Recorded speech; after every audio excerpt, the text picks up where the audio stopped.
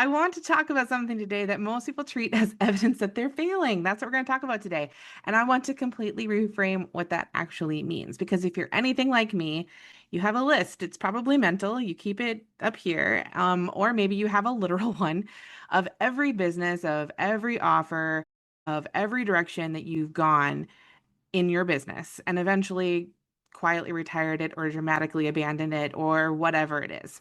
Most of us carry this stuff around as shame, like proof that we can't commit to something or evidence that we're the problem. And today I want to tell you that you're reading that all wrong. The list I want you to pay attention to, the graveyard offer list, is the one we're going to talk about today. Because if there's one thing that I've noticed after all of the years of doing the work that I've done and living this pattern myself, it's that women who have the longest off your graveyards are actually the ones that are most capable and the most skilled and the most creative and the most driven.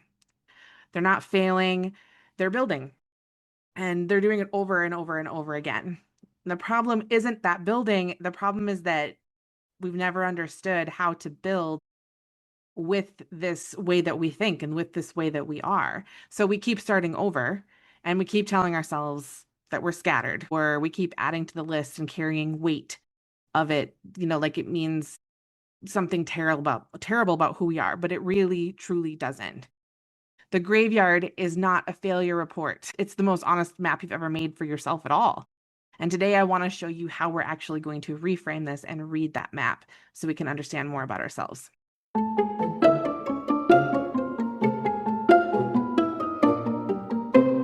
Every single offer you've ever built was part of your identity trying to express itself. I want you to hear that again. It's important. Every single offer that you have ever built was part of your identity trying to express itself. Every offer, every business, every direction that you've ever gone in, even the ones that crashed and burned before they got traction or after they got traction.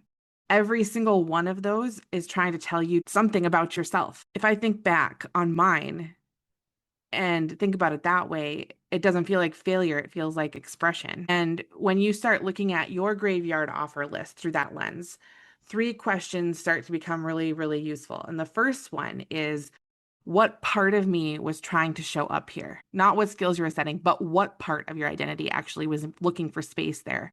Was it your creativity? Was it your ability to see patterns? Was it your love for teaching? Did you need connection in that point of your life? And what was trying to come through in that offer, even if the delivery didn't feel quite right? The next question that comes up is, what did I actually love inside of that offer? Because I guarantee there was something, even if that offer felt mostly wrong, there was a thread of something that felt alive, something that energized you, something that you would do again, maybe given a different way to offer it. Look for that thing in that offer. And the third thing is what felt confining. This part's gold because the thing that felt confining is usually the thing that killed it. The part that required you to shrink, or the part that felt like you were wearing a mask, or the part that had an expiration date on it because it was just not ever quite true enough to sustain. Those three questions start to reveal something really, really important. And I wrote these down because I'll forget if I didn't write them down. I want to talk about some of the offers that I've gone through in my life and what that meant, because if you have an example, it always helps, right? So every single direct sales company that I ever touched, and there were lots, and I hopped around and did all the things. What I was doing, the part of me that I was honoring in that point in time in my life is I was learning and gathering skills. And that's a part of me that needs to exist in me. I constantly want to gather information and learn something new and grow and change and evolve. And that's what I was doing in those moments. I learned so much. I learned so much in that point in time. The next thing I built was a personal branding course, and I was a coach that had a course alongside of it, or a method that I taught people. In that, I was trying to use one of those skills that I really liked, but it was also me trying to take my coaching hat out and teach people the stuff that I had learned, to show people, how I could see their brand evolve or coming to life through who they were. And the thing that killed it was me trying to niche it down, right? I was trying to take all the skills and all the things I knew and all the things I learned. I'm trying to niche it into a single thing, and it wasn't going to be sustainable for me that way. I also tried to teach people how to do social media and also to offer virtual assistant social media assistance.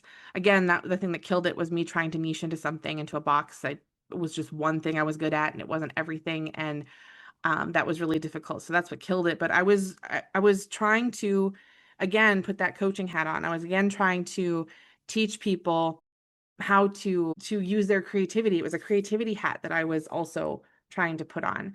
But again, trying to niche into one thing, that's what killed it. The first time that I started to use more of my skills in a business, and that's when I started being a virtual assistant or an OBM. And that's when I was able to do a lot of different things. I was able to do social media. I was able to use tech.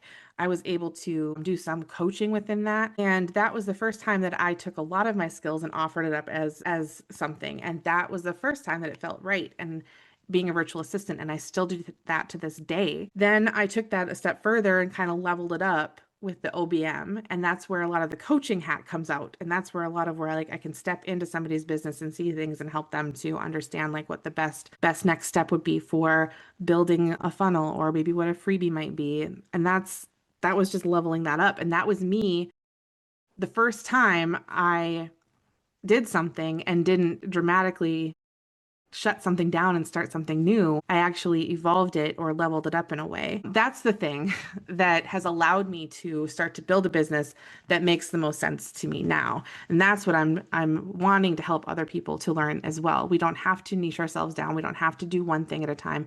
We can be whole in our businesses. So this is actually this graveyard offer and reframing the way that we look at our laundry list of things that we've attempted over time is something that I do inside of my living access cohort. And because until you understand what your graveyard is telling you, the pattern just keeps repeating.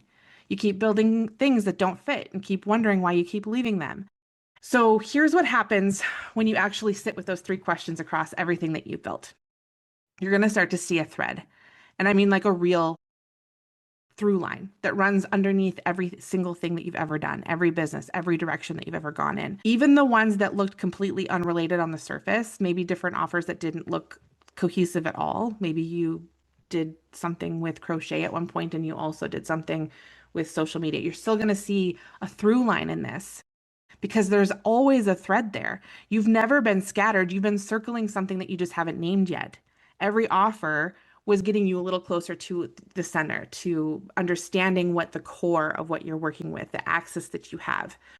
And that center is what I call your living axis. And once you're able to name that, once you can actually see it, something shifts. The shame lifts. Not because the graveyard disappears, but because it finally makes sense. You can look back at everything that you've built and you can clearly see it for what it is. It's not a series of failures, it's a series of attempts trying to express something real. And each one was teaching you something, each one was bringing you a little closer. And from that place, you can finally build something that holds all of you. Not because you figured out the perfect niche or because the offer is perfect or your strategy is on point, like just right there, but because you understand what you're actually building around. And that changes everything, not just in your business, but in how you see yourself. The woman who spent years calling herself uncommitted realizes she was the most committed person in the room. She just hadn't found the right place to put it yet.